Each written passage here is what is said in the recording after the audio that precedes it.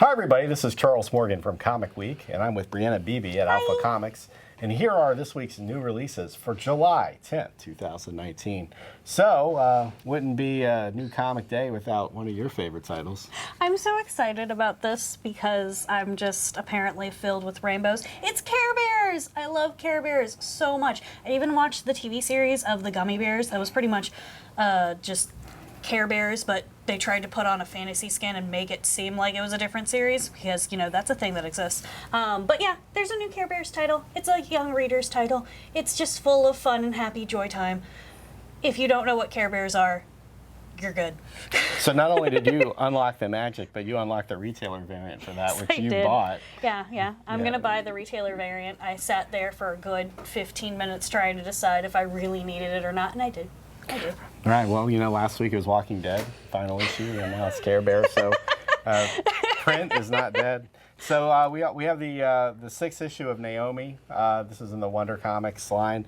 Naomi is going to be a major character, I think, in the DC universe. Oh, yeah. In fact, she's going to be crossing over into Action Comics fairly soon. Oh, cool. She's sold fantastically well. And the really cool thing about it is we actually have a customer whose mom has a daughter named Naomi, and it's spitting image. Like, she showed me a photograph, and it's like somebody just wrote a comic book about her daughter, which is always really exciting when you can have those moments where it's like, yay, I actually can have someone who looks like me in a comic book, which is just that extra, like, happy joy thing. And Jamal Walker's art in Naomi is amazing. Oh, and this is also written by Brian Michael Bendis. Now, I think they've said that this is going to be the end of season 1 of Naomi, and I just hope when they resume the storyline that the same creative team is back. I don't want them to hand this off to, like, the B team. I want Naomi to be done right. So, but I look forward to reading this. And in fact, actually, first 2-3 issues of Naomi sold out. People didn't know how big of a hit it was going to be, so on the secondary market, those are pretty expensive. It went to a final printing. Right. Like, where it actually says, this is the final printing for us, because it had gone into, like, I don't know, 3 or 4 or 5 for number 1. I'm not sure off the top of my head. But that was a thing I had not encountered that often. Most books don't say, oh yeah, no, we're not printing anymore. They don't tell us that blatantly. We don't want any more of your money. we've moved on. Also, another cool DC title, another Bendis title, is going to be Event Leviathan. That's out. There's a lot of really interesting DC stuff out this week, but this is probably the headliner. It has a very awesome variant cover here, and that variant cover isn't part of their $4.99 glossy stock cover, so it's a $3.99 release there. So this is again the big DC summer event, and it has all the major characters, and Superman's missing, and there's a major villain. So you definitely want to check that out. Yeah, no, it looks like it's going to be a super interesting book. You gonna read this? I'll definitely check it out. Yeah, so Black Hammer has its first crossover. It's a DC crossover, Black Hammer and the Justice League. I don't know how I feel about this, actually, because although I'm going to definitely buy it and read it, Black Hammer's been really great because it has a solid continuity throughout, like all the pieces. So I wonder now, does, like, Superman exist in the actual Black Hammer universe? Interesting. Or if it's going to be like a wormhole pops up and they go to a whole another place or something like that. Yeah, I just hope that it maintains the same vibe. Yeah. So what do you got here? That is Marvel Tales Captain America. Marvel Tales is something they've been doing a couple of times. We've had a Thanos one, Spider-Man. It's basically going to be a series of reprints of kind of older issues for people that kind of like, okay, I know little Timmy, and little Timmy doesn't have to be that little. He can be like 12. He likes Captain America, but I don't know where to start him off. This is a good way to kind of get people interested in comics that haven't been collecting immensely frequently, because it is just kind of like a big anthology issue is the best way to put it. So this issue has 4 stories. It has Tales of Suspense 59, Tales of Suspense 77, and Captain America's number 255 and 307. And the colors are vibrant. This is definitely what Silver Age comics look like, but improved, with modern printing technology. Yeah, it's going to be a nice reprint, even if you had these issues and you don't want to be opening them because they're more expensive than when you originally bought them. This would be a nice kind of thing to have to be able to reread that. Right, absolutely. I'm excited about this. This is Invisible Woman number 1. You know? Yeah, it seems like it's going to be a pretty interesting book. I'm very curious about it. So Marvel's been doing this lately. They've been taking like individual characters, doing their own spin-off books, and telling, you know, stories where they get to star in. I mean, obviously, the Invisible Woman is part of the Fantastic Four original team, right? Susan Storm. So, but you don't really see too many situations where she's on her own. Well, me personally, I tend to avoid team-ups, not because I don't like teams. Like, I'm a big fan of the X-Men, big fan of Fantastic Four, but sometimes there's a lot going on and you can't really focus on the development of specific characters because they're trying to give the limelight to everybody. Right. These are really cool books because then you can focus on, like, let's say your favorite character or a character you were super interested in without having to have all that ensemble cast that's kind of saturating everything. And, like, normally you have appearance from other characters, which is really neat. There was a Jean Grey series not too long ago, like, I think last year, that I was super big fan of because, like, she's chatting with Namor and they're just chatting about how she wants to eliminate the Phoenix. Like, you know, normal everyday stuff. When you're a superhero. Yeah, exactly. Right. But, like, it gives you interactions you might not normally find in a book, and you can kind of dive in a little smidgen deeper. Well, Mayor Gandolfo's 11th issue of Unnatural comes out. Fantastic series. It has one more issue left. This is a localization of a comic that was released in Europe. Of course, this is an adult title, but it's not, you know, over the top. But definitely something I look forward to. We'll review this on the site. Yeah, and it's a very intense storyline. Originally, I was just expecting it to be kind of like a fluffy-ish comic. Not like meaning I was expecting nothing intense to happen, but like there's some pretty intense character death in that series. So if you're looking for something that's kind of light and fluffy, that is not the book to go with. It's pretty thought-provoking, and it pretty much, you have to be very focused on what's happening. But if you're a furry, you would like that comic. Just saying. So you definitely want to go to your store early this week if you want to get some of these Carnaged covers. We have two here that came in. This is a Thor cover, and it has just a really killer art. Oh, yeah. But the Thor art this week is also amazing for the regular cover, too. Yeah, it's a super pretty cover. So, yeah, this is, you know, at the end of the War of the Realms, Thor is worthy again. He can carry his hammer. So, but now he's put in front of new challenges. Mm-hmm. So Thor can't take a break. He can't go on vacation. He's just going to constantly have to deal with more and more gunk. Yeah, he doesn't have time to get that husband belly he does in the movie. No, not quite. Not quite. And then also there's the Black Cat Carnaged. I'm a big fan of this cover. I think it looks really sweet. Yeah, it's very cool. You know, so I'm gonna stick with the series for a few issues to see where it goes. Marvel has like no shortage of really good series that are ongoing right now. Like we said, Thor is good, but Immortal Hulk is amazing. It's a fantastic Daredevil series. has been amazing. So I think they kind of have an idea of what they're doing. So we'll give that a shot. Also, you want to talk about classic Marvel? There is the facsimile edition of X-Men #1 this week is going to be available. I think these are great. Oh yeah. Well, and the best part about these reprints is, unlike the True Believers, which is great because it's only $1, these are going to have the advertisements in them as well. I'm a big fan of advertisements in older books simply because it's such a pop culture reference to what was going on during that time period. So it's just really neat to be able to see them in like this full color, kind of really intense, bright tones that you might not get to see with an older book simply because, I mean, the poor thing's like 20, 30, 40 plus years. The paper is going to get a little dull after a while. And Brianna, you know that we also publish a coin website, right? Mm-hmm. Well, one of the main vectors in the 50s and 60s and 70s for children to get into coins was comic books. Yeah. And this is an ad here for coins and paper money from Littleton Coin Company out of Littleton, New Hampshire. Now, this company actually still exists. One of the main, oh, that's so cool. Yeah, it's one of the main companies that gets beginner collectors into the hobby. I like the sea monkeys. Yes. The sea monkeys that didn't always end up alive. Yeah, and then here's another example. This is have you seen this coin? Reward $11,750 for with a $5 million search for this coin. This is an 1804 dollar. You were never going to find this in change.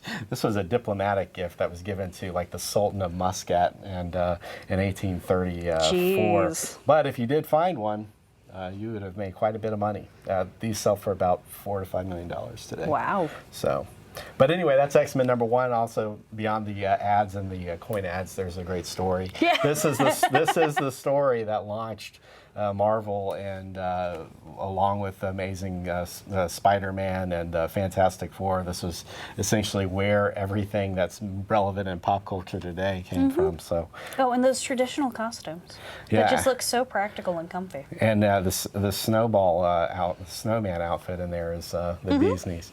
So Young Animal, DC's Young Animal. I don't really understand DC with keeping the Young Animal imprint while they're and pulling this everything particular up, one, you will notice that Doom Patrol technically came out last week, but this cover only comes out this week. I don't know why. I have no clue. But that's how they set it up. It makes no sense. Well, you know, it's like I said, it's a Jared Way thing. These are good characters that can be written really well, and you know, this is obviously a series that's been ongoing for the last 20 years. About right, Hubert? About 20 years. All right, we have the third issue of Gogor. Actually, nobody says this right. Gogor. I wouldn't know this either, but it was in the letters. This actually caught me by surprise. I skipped the first issue because, like, I looked at the art and I was like, it didn't really reach out to me. But then the second issue came out and I kind of liked it a little, the cover. So I'm like, well, I'll go try to find that first issue. It was hard to find. But then when I actually sat down to read it, I was like, wow, this is actually a really cool story. Yeah, I've heard some good things about it. I've had subscribers that tend to be very particular in their interests that branched out to this title, which normally if you get somebody to try something new that they don't normally buy, that's a win in general. And it seems like it's a pretty interesting story, so we'll see how it progresses. Yeah, and this is one of those comics. It's one of those rare situations outside of like complete indie comics where you have a letterer, a colorist, an artist, and a writer be the same person. Mm-hmm. So, you know, if you ever wanted to sit down and do your own comic, and you did it well, this is potentially what it could look like, and so I think this is a really cool series, and I'm not sure if it's going to be an ongoing. I think he wanted it to be an ongoing, but you know, with these kind of creator-owned properties, it could be 3, 5, 6 issues. But as long as it's out, I think I'll pick it up. Yeah. We also have another #1, actually a few from Image. This cover makes me feel so uncomfortable. Yeah, Not a fan. you don't like body dysmorphia. No, I and don't. I'm not. grotesqueness. I mean, I'm the one who's like, Care Bears, yay! It's not what I tend to go to. I mean, I am a fan of like kid lobotomy and some weird stuff, but the body horror has to be minimum. Right. And it also normally can't be on the cover because I'm already queasy. So it looks interesting. I'll probably ask Alex, and she'll tell me, because this is going to be probably more up her alley. Well, this is a Cullen Bunn joint, and if you see on the cover, you get this pink sort of vomit powdery kind of look. This is all throughout. So this is something that I don't know if I could sit through either. But you know, It's an Alex title. You might be more into it than we can be. Yeah. This one's beautiful though. This is Reaper. Yeah, it or looks Reaver. sweet. You know, so this There's is a map on the back. another high fantasy concept, and we're sort of excited to see this. This was created by Justin Jordan and is drawn by Rebecca Isaacs. And you can see when we flip through this, it's like a lot of swordplay and fighting. I saw a and, noose, which doesn't always bode well for people. Yeah, and you know, this female character that you see on the cover, I mean, she looks like a complete badass in this. So, yeah, again, you know, a little bit violent. Yeah, it's a violent. This I can handle though if I'm. Normally, if it's fantasy violence, if this makes any sense, I don't think it does. Sometimes I can handle it if I'm prepared for it. Right. It just depends on how often people are being beheaded. You can handle Spawn, Occasionally. but not Stitched. No. No. No. All right, so then there's a Red Summer Special from Bitter Root. I think this is going to be one of the hot picks of the week. This is just a great Image title. Well, and Bitter Root seemed like it was such a great series alone, so it's cool that it's getting an additional add-on to it. And now this title actually initially was supposed to be a Vertigo title. This is Second Coming. This was the subject of a very vocal pushback from sort of online fundamentalist Christian community. They were angry at Mark Russell's idea of doing a comic book where Jesus Christ would return to Earth and become a roommate of a superhero. It's a little bit of a blasphemous idea, but I think, looking through it and reading it, I don't think it's done to belittle, the idea of doing a comic book with a, Jesus, but it certainly is, a Two different fantasy, ideas. and I think what the creator is trying to get at is to use comic books and the superhero story as a medium to find meaning in that figure. So again, not going to be something for everybody, but if you think comic books should be, people should have the ability to create, what they want and get it out in front of readers and not be pushed around by an online mob. You might want to check this out. Might not be for you. You might not, might not like it, but we're gonna check it out and see what it is. And so the first issue's out, and you guys got about 8 or 9 issues of this. So, Yeah, we got a couple. So and then we got another #1 from Lola. Aspen Comics. Yeah, it's actually pretty. So the creator is Sia Ohm. She does the story and the illustrations, and it looks like watercolors. Yeah, and the art looks really great in that. Yeah, As you're so flipping through it. yeah, and it looks like it's sort of like sort of transcends different time periods. And she's a Native American figure, and then there's there's some sort of Wall Street, and then there's some old Western sort of locations too. So in the Yellowstone area, formerly of Wyoming. So. It's possible this is a post-United States kind of fantasy. I believe she's a dystopia. It's a dystopian universe, if I remember correctly. Yeah, it's very interesting. So anyway, that's from Aspen Comics. So it's always good to support the indie guys. And another indie comic out this week that's new is Belle, Oath of Thorns from Xenoscope, which is by Dave Franchini with artwork from Igor Vitorino and Durlis Santa Cruz. Most of the Xenoscope stuff tends to be a little bit for mature audiences, but this looks PG. So we got that. You like this cover of Punchline? Oh, I really like that cover. I just think the costume's just really well thought out. Probably not the most practical thing, but sometimes you want to have something that's just fun in your closet when you're crime fighting or killing people. I'm not quite sure if she's the good guy or the bad guy, so. You definitely need extra room on the subway. Yeah, exactly. It's a pretty wide skirt. So two cool covers I like this week is the Hawkman regular cover, which is sort of mostly black, but you have Hawkman sort of falling in this like grinning evil face. And then we like the $6 Million Man. Oh, This was actually that cover is pretty sweet. This was held back from last week. I think it was supposed to come out last week, but it did. Yeah, unfortunately, sometimes books just don't come out when they're supposed to. So, but anyway, lots of things this week. I think we've gone over like 20 or 30 things, and that's not even the half of it. You spent probably half an hour. There's a lot of things. There's a lot of books. There's gonna be things tomorrow. So let's thank our peoples on YouTube. Ian Jones he wrote in about The Walking Dead. So Ian wrote, he said, what a lackluster finale. Some really important characters didn't even have any dialogue and no Negan appearance.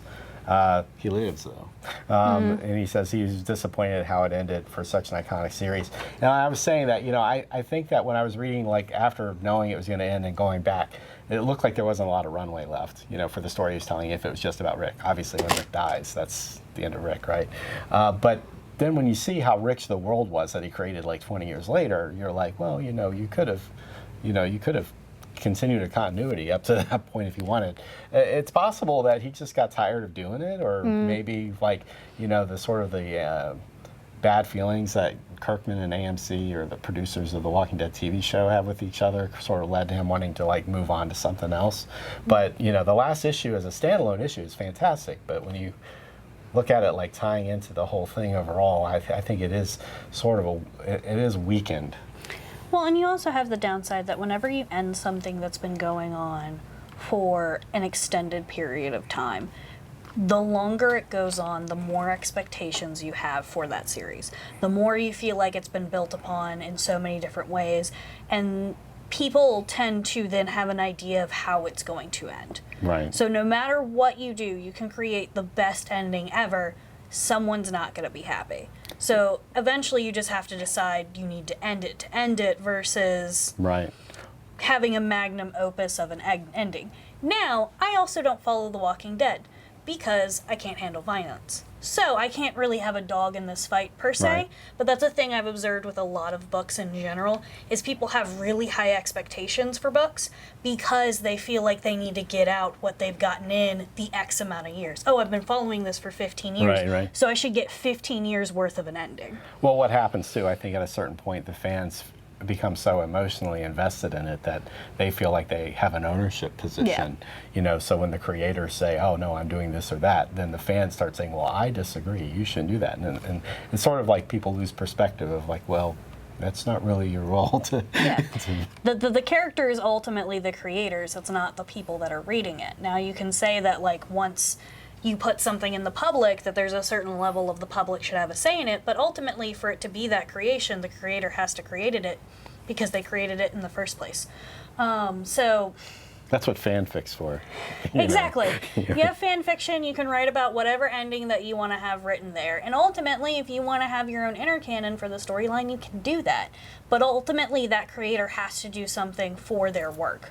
And if that's not what you wanted, then that's not what you wanted. You're more than welcome to have your opinion, but ultimately the creator can only do what they can do. There certainly wasn't a shortage of people who wanted that comic. It pretty much sold out. We sold out within the first 30 minutes. Oh my goodness. It was insane. Alex texted me, and I was like, oh, that's fun. And we couldn't do anything about it. I mean, it went straight to second printing. It was already sold out the night prior. It was still saying there was going to be a 194 and a 195 that midnight, and I'm sitting here scrambling like, why is it still saying that? Right. And then she checked it that morning, and it's like, no, those two have been canceled. And it's like, why couldn't you have canceled that last night? Would it be a lark if they actually weren't canceled and they were just completely trolling us? That's what I thought for a second. Like everyone had left. This is at like 1 a.m. and I'm just sitting here staring at the computer screen like, we're going to say this is the last issue, and then it's not going to be the last issue. So would there be torches and pitchforks if 194 and 195 actually existed? But I don't know. Most retailers Well, canceled their orders, and then only a handful of them thing came about out? like the comic community in general, especially around We Are, people were very considerate of the fact that we didn't know. Right. It's not like, oh, we just didn't decide to order that many.